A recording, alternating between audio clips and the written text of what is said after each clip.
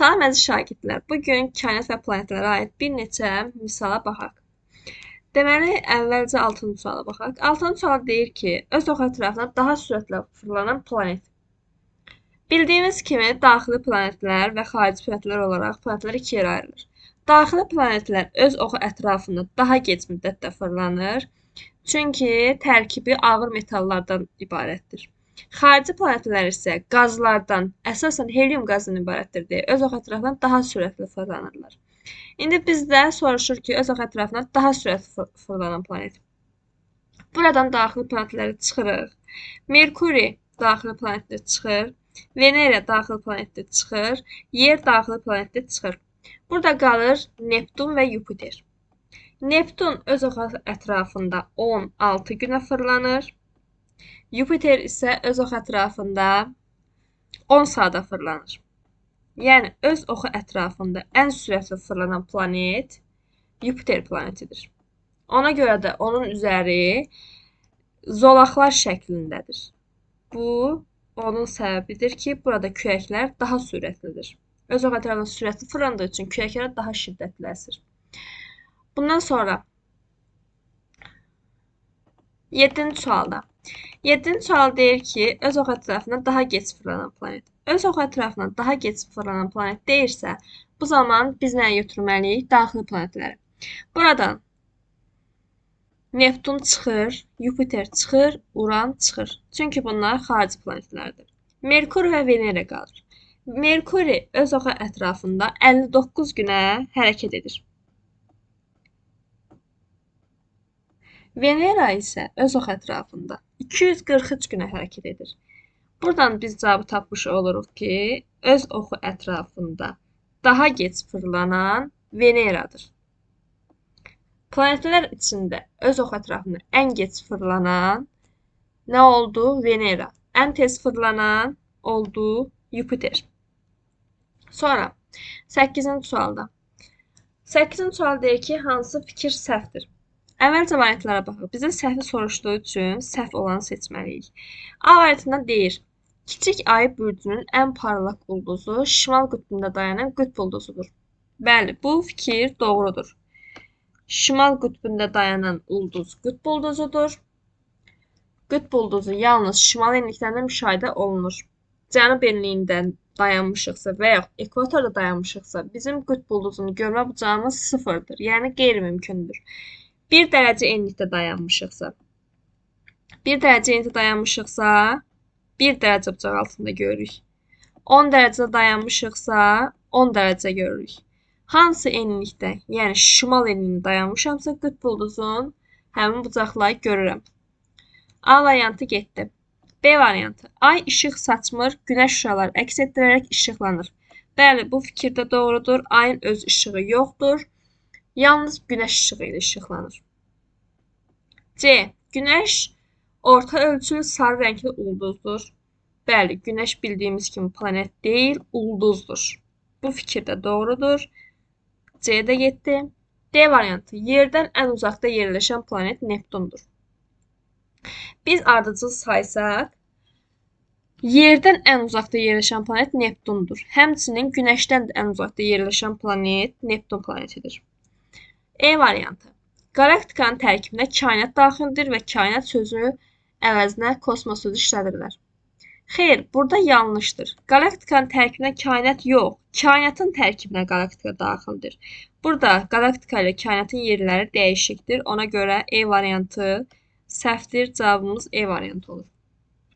Sonra 10-cu suala baxaq. 10-cu sualda deyilir, səmada qırmızı rəngdə görünür, atmosferi karbon qazından ibarətdir. Səmada qırmızı rəngdə görünən və atmosferi karbon qazından ibarət olan planet Mars planetidir. Mars səmada qırmızı rəngdə görünən planetdir. Sonra 11. 11 ətrafında halqalar, qaz, buz və daş parçalarından ibarətdir. Roma mifologiyasına görə əkinçilik tanrısı hesab edilir. Söhbət hansı planetdən gedir? Ətrafında qaz, buz, daş parçalarından ibarət olan planet hansı planetdir? Saturn təbii ki. Və saytda da qeyd olunub. Saturn yumru ətrafında halqalarla təsvir olunubdur. Bunlar da nədir? Daş, buz, parçalardır. Sonra 12-ci sual. Bu planetin Phobos və Deimos peykləri var. Ən böyük dağı Olimp dağıdır. Aparılan araşdırmalara görə bu planet gəzisi insanlar üçün əlavə yaşayış məskəni hesab edilə bilər. Söhbət hansı planetdən gedir? Olimp dağı olan peykləri bilməsəz də olar. Məsəl üçün Phobos və Deimos tutalım yadınızdan çıxıb. Amma gələcəkdə insanlar üçün yaşayış məskəni hesab edilə biləcək planet hansı planetidir? Mars planeti. Ona görə cavabımız E variantıdır. Sonra 13. Bu planetdə Nizami Gəncəv adında krater var. Bir ilin uzunluğu 88 gündür. Əvvəlki tapşırıqda da qeyd eləmişdik. Bir ilin uzunluğu 88 gün olan planet hansı planet idi? Merkuri planeti. Cavab E variantıdır. Sonra 14-cü tapşırıq. Bu planetdə ilin uzunluğu 88 gündür. 13 isə 14 eyni sualdır. 13-də də Merkuri cavab, 14-də də cavab Merkuridir. Sonra 15-ci tapşırıq. Doğru olmayanı seçin. Doğru olmayan istəyir. Yəni yanlış variant seçməliyik. Səma cisimləri nizamlanmış orbit xətti üzrə hərəkət edirlər. Bəli, tamamilə doğrudur.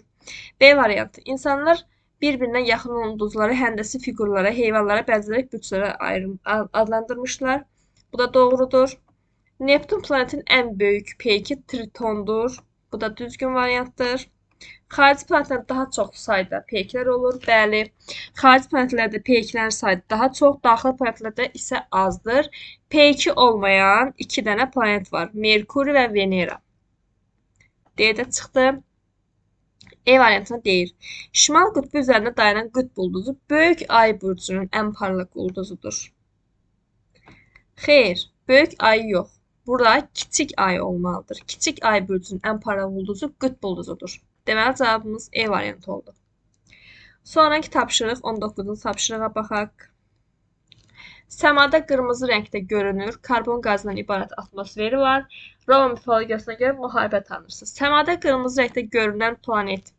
Əvvəlki tapşırıqda qeyd eləmişdik. Hansı planetidir? Mars planeti. Sonra 21-ci tapşırıq. Hansı planetlərin peykləri yoxdur?